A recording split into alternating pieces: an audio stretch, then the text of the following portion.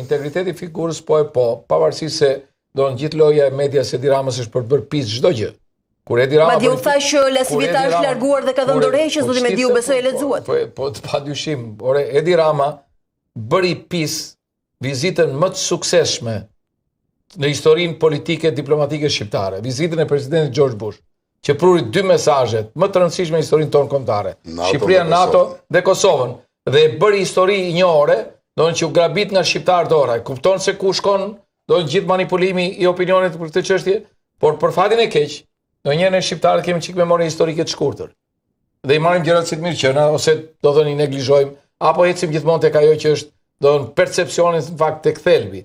Se thelbi është ky që shqiptarët janë larguar, nuk kanë ekonomi, nuk kanë siguri e tjera, dhe të pretendosh që ti do i bësh një pasaport 2030-ën, edhe këto 5 vjet vazhdo edhe mos ha, vazhdo edhe mos pi, mos ki asnjë po prit integrimin në BE. Dhe prit integrimin në BE duke i larguar gjithë shqiptarët, do vetëm këtu vetëm Shqipëri mund. Dhe me diu, për fund pra që jemi konkret, një ftesë nga Shtetet e Bashkuara të Amerikës për zotin Berisha nuk ka. Do ta ketë patjetër, por nuk është koha tani. Nuk e ka deri në momentin që ne flasim dhe lajme për non gratën nuk mund të ketë me Lasivitan gjatë fushatës. Unë kam qenë nga ata që i kam sugjeruar zotit Berisha që të mos harxhoj energji në Shtetet e Bashkuara të Amerikës për asgjë tjetër përveç se për zgjedhjet lira të ndershme. Dhe këtë kemi bërë deri tani.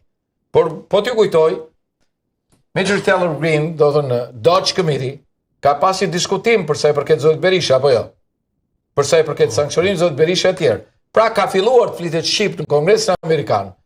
Dhe Dodge Committee nuk është një nga komitetet e zakonshme, është një komitet i cili është i lidhur me aktivitetin e shtëpisë bardh në mënyrë konkrete. Prandaj konsiderova që çështja e non gratës edhe për faktin që ka qenë shqetësimi i sekretarit amerikan, nuk është vetëm çështje lobimi zotë tjetër, që do thonë, po ashtu është drejtuar adresuar një qendrim i opozitës bashkuar sekretarit Rubio, dhe po ashtu senatorë dhe kongresmen janë mbështetjes të këtij qendrimi adresuar po ashtu si follow-up sekretarit Rubio.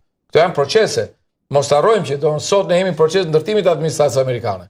E di sa vetë do emëruar në administratën amerikane. Është emëruar do në Departamentin e Shtetit sekretari Rubio dhe zëvendës sekretari Christopher Landell. Dhe një pjesë e stafit tyre. Gjithë procesi tjetër është atje ku ka qenë. Dhe për më tepër do kërkon e vet, por problemet nuk janë vogla.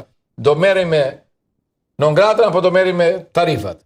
Do merrem me Ukrainën edhe me gazën apo do merremi me çështje të cilat do të thonë nuk kanë atë relevancë do në opinion publik. Prandaj dhe opozita duhet të përpiqet që në këtë situatë që është të bëjë të ndjeshme problemet që ka dhe zgjidhjen e këtyre problemeve. Por nëse opozita energjinë do ta harxonte sot në drejtim të Washingtonit për t'i bërë ata të njohur situatën dhe për t'i dhënë zgjidhje, mendoj që do linte jashtë vëmendjes që proces zgjedhor që është jashtëzakonisht i rëndësishëm, jo vetëm për Berishën, por është për shqiptarët. Kështu që fokusi të zgjedhjeve dhe fushat elektorale, zoti Mediu, për minutat e fundit. Përveç jush, Partia Republikane e juaja, sa kandidat ka të pozicionuar në listat e hapura dhe në cilat qarqe janë? Ku janë? 10 qarqe.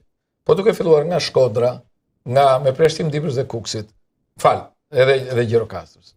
Dibër, Kukës, Gjirokastë, të gjitha qarqet e tjera ka. Dhe cilë është objeksioni juaj për këto zgjedhje? Si Partia Republikane po flas në këtë rast pavarësisht formulës që kandidojnë? Kandidatët që janë futur në listën e hapur janë futur me pretendimin për të fituar. Ne jemi përpjekur që të gjejmë kandidatë cilët do të thonë pretendojnë të marrin mandatin shtesë.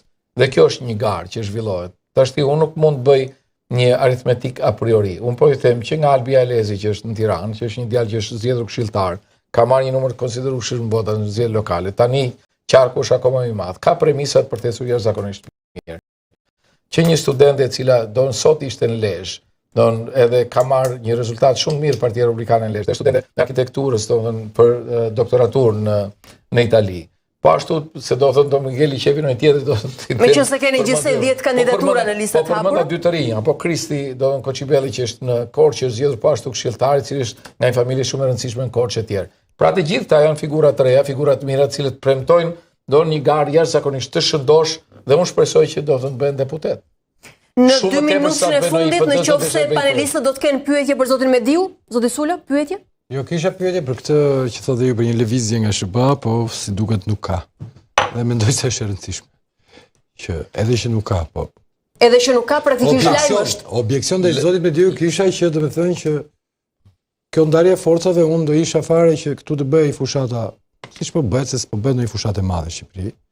Po të bëj fushata atje nëse nuk ishte Po unë atje lëvizje. isha para një javë. Patjetër, këtë po them që nuk jam me Lencin dhe me ju që thoni votat e Skraparit. Skrapar s'kan mbetur njerëz. Po unë s'kam vota për të marrë Skrapar. Skrapari gjithmonë Skrapar do mbetet. Ka më shumë vota në Bashkimin Evropian dhe në SBA. Po sigurisht. Zoti Çela, pyetje?